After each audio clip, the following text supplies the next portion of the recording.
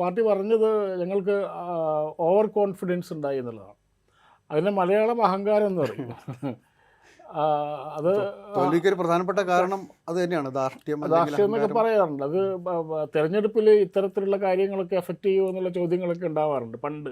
പക്ഷേ ഇന്നിപ്പം ഒരു രാഷ്ട്രീയ നേതാവ് എങ്ങനെ ജനങ്ങളോട് പെരുമാറുന്നു, എങ്ങനെ ഇൻറ്ററാക്ട് ചെയ്യുന്നു എന്നുള്ളതൊക്കെ ഈ സോഷ്യൽ മീഡിയ കാലഘട്ടത്തിൽ വളരെ പ്രധാനപ്പെട്ട അപ്പുറത്തുള്ള ചില സംഗതികളാണ് അതൊക്കെ. തീർച്ചയായും. അതുകൊണ്ട് തന്നെ ഇപ്പോഴുള്ള അവസ്ഥ തീർച്ചയായും UDF അനുകൂലമാണ്.